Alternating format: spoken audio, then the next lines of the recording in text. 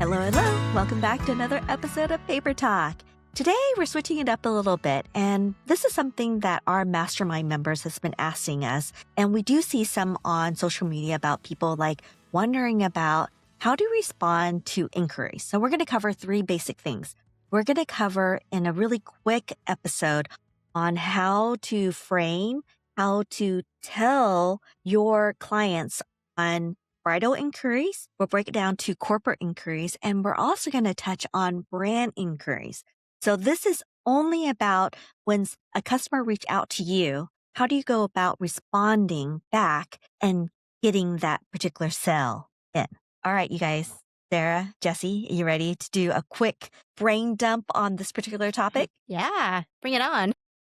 Awesome. All right, let's do the really easy one. I feel like a lot of our audience, they get a lot of bridal inquiries about bridal bouquets, boutonnieres, bridesmaids. So what happens? How do you guys go about when a client either drops an email or puts a little inquiry on your website to say, hey, I'm interested in this? Let's break it down first on your website. If you don't have this on your website already, on a quick little professional inquiry form, what do you put on there besides give me your name, give me a way to contact you? Probably the date for the Yeah, wedding. the date. Yeah, date. That's perfect. I was going to say that too.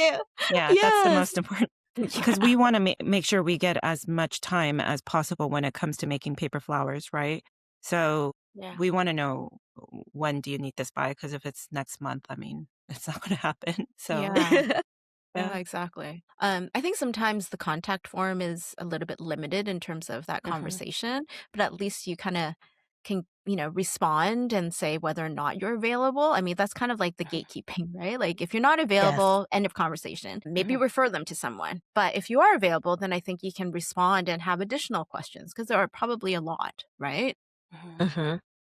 You sort of you want to know like what exactly are they asking for?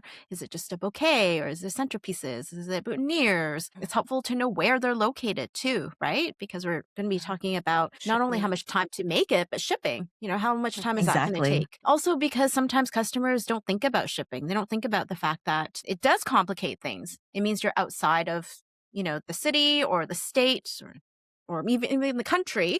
And so the time frame for that is different. The cost will be significantly different as well, right?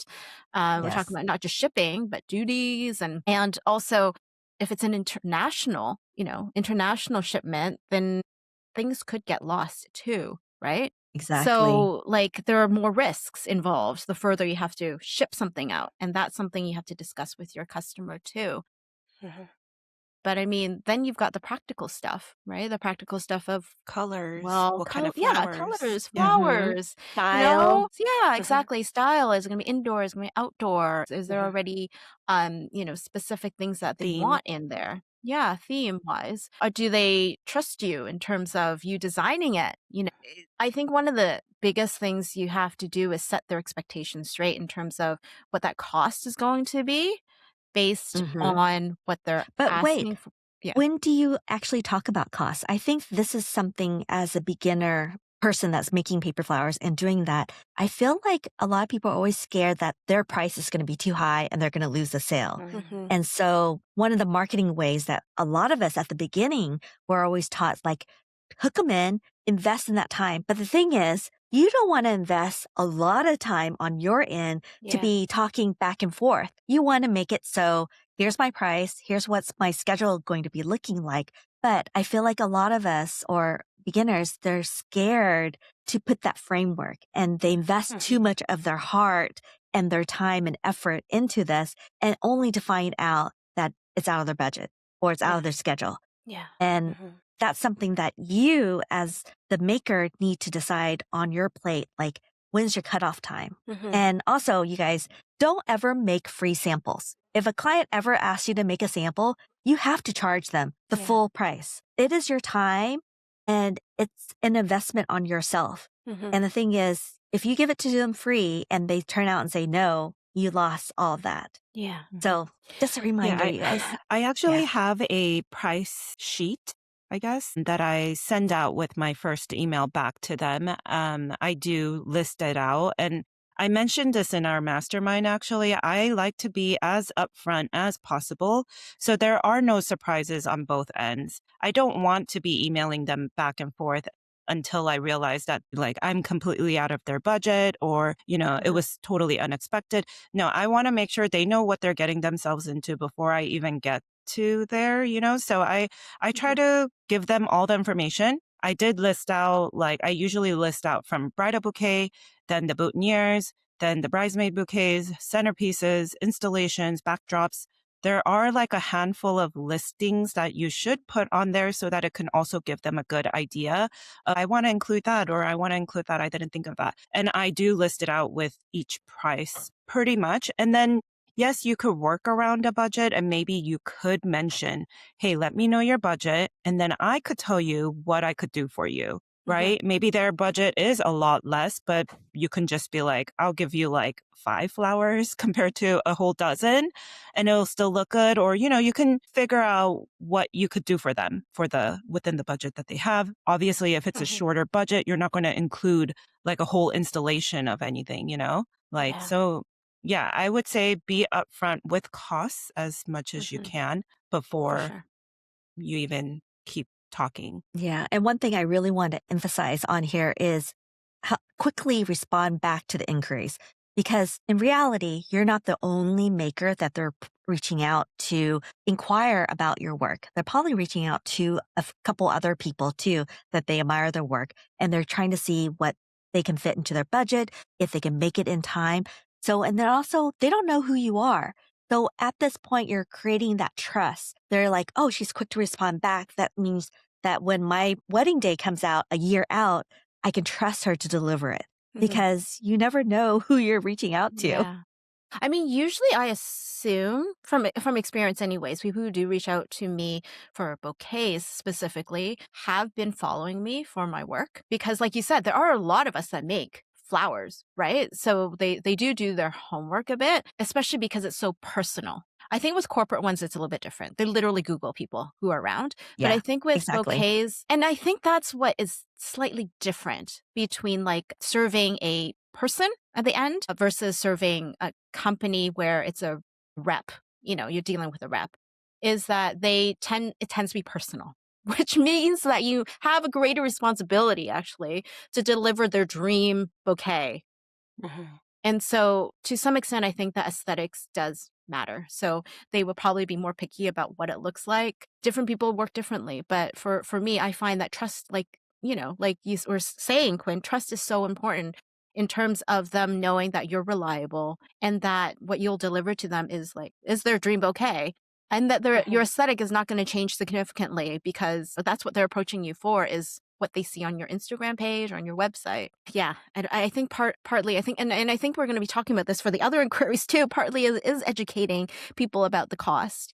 And if you can't commit to something, you can always say, this is the minimum, this is the minimum cost of a bouquet. And people are going to ask people might not ask, but they might show you Pinterest images. Right? Pinterest images of what they want. And you are going to have to respond and say, hey, that's going to cost XYZ. I don't think you should be shy about saying it. Yeah. Oh, one other thing is in educating, I think you don't have to over explain yourself. I think sometimes we try to over explain, try to justify the price and be like, oh, it's $300 because it's going to take me 10 hours or 15 hours. I'm sorry, that's so underwhelming. Sorry, it's going to take me 60 hours, blah, blah, blah. And I'm using premium paper and I'm shipping, stem wires in and whatnot. I don't think that they need to hear all of that because we're justifying it in our own head. All they care about is the number and what it's going to look like. So I find is more helpful is if you have a price list or you have images of work that you've done, maybe there are different price points. Maybe a smaller bouquet is only $200, but a bigger one is $900. Then you can give them some sort of visuals to understand what that means in terms of value. But sometimes it's not helpful using real images of flowers because that's not what we do. It's completely different, right?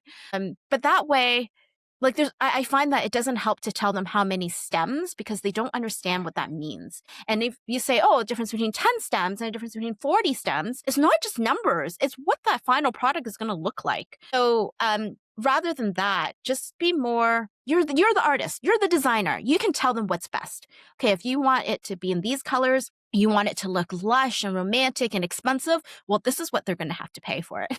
Because you're the Yes. artist, you're the one with the knowledge. They have an idea, but they don't know the reality. So I think you need to be somewhat confident in how you respond by saying, this is what I recommend. This is what I suggest. If this is your budget, this is what's possible. You know, if you have more questions, ask for it. But don't be shy, I think. You're the expert in this. Yes.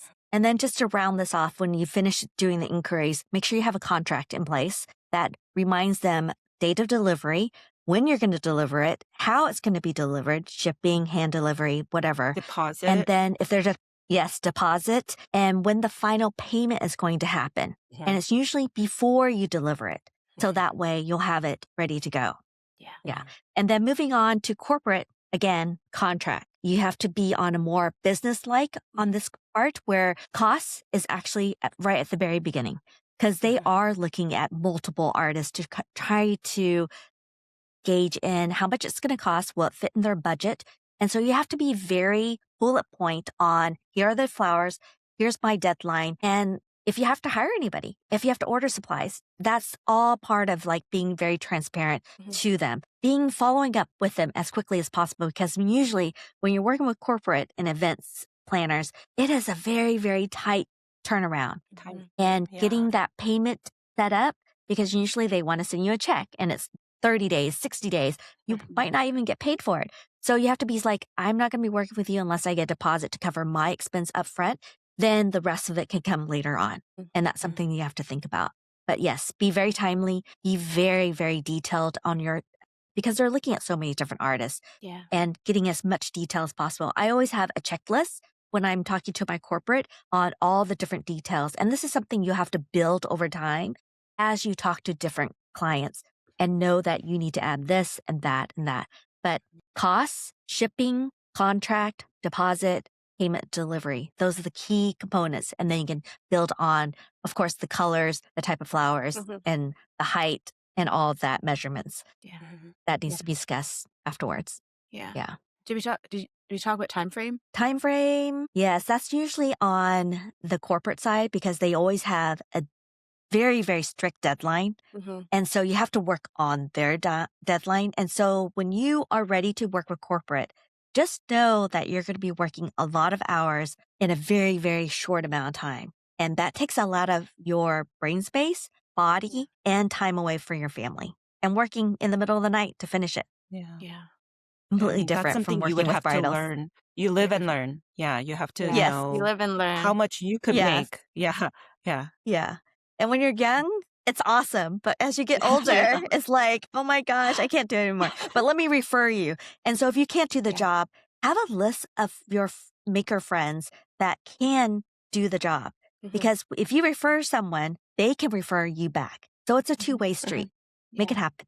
For sure. Yeah. You want to be as helpful as possible because it could be that this project you can't work on, but maybe the next project they bring along, you can, for time frame or cost or whatever it is. I think it's always helpful leaving the conversation, even if you do, with something that educates them about the way you work, about what we do as well, and the cost as well, because that's probably their only way of learning.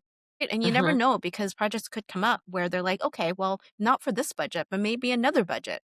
Exactly. All right, let's switch over to branding real quick. Sarah, you might have to take the lead on this since you do a lot of the more branding deals and inquiries. So when a brand reaches out to you to do either a workshop or like a social media post or even like an event that they have, like Netflix, they're doing Bridgerton debut. How do you go about handling that? Yeah, same with weddings, I guess. I would say always have a price sheet. And it's not a price sheet, it's like a gallery mixed with my prices. I mean, it's kind of like, I would think it's kind of like a media kit in a sense where it kind of gives you a little bit of what you do and then your prices, what you offer. And I also have photos on each and every one of them.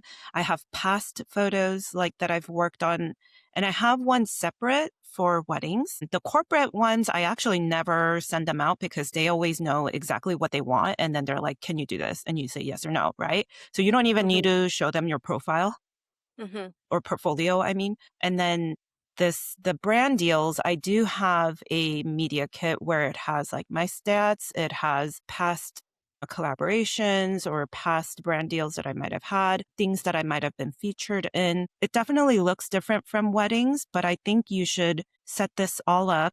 I think I originally did mine for my weddings. I did it on Photoshop, but then the brand one, I did it on Canva. So it's very easy. You can look up like, brand partnership template or something. I'm sure it shows up and it'll give you kind of like an easy layout and you add in what you want to add in. That specific one, I added in like collaborations, things I've been featured on, or like stats for my Instagram or YouTube, how many views I get, how many, followers I have. So it does look a little different, but when they ask me, I send them that automatically on my first email back to them. So again, I try to be as transparent as possible in the beginning.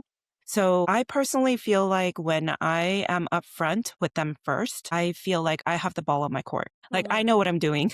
I want to show the company or even a wedding, right? Even the bride, I want to show them that I know what I'm doing.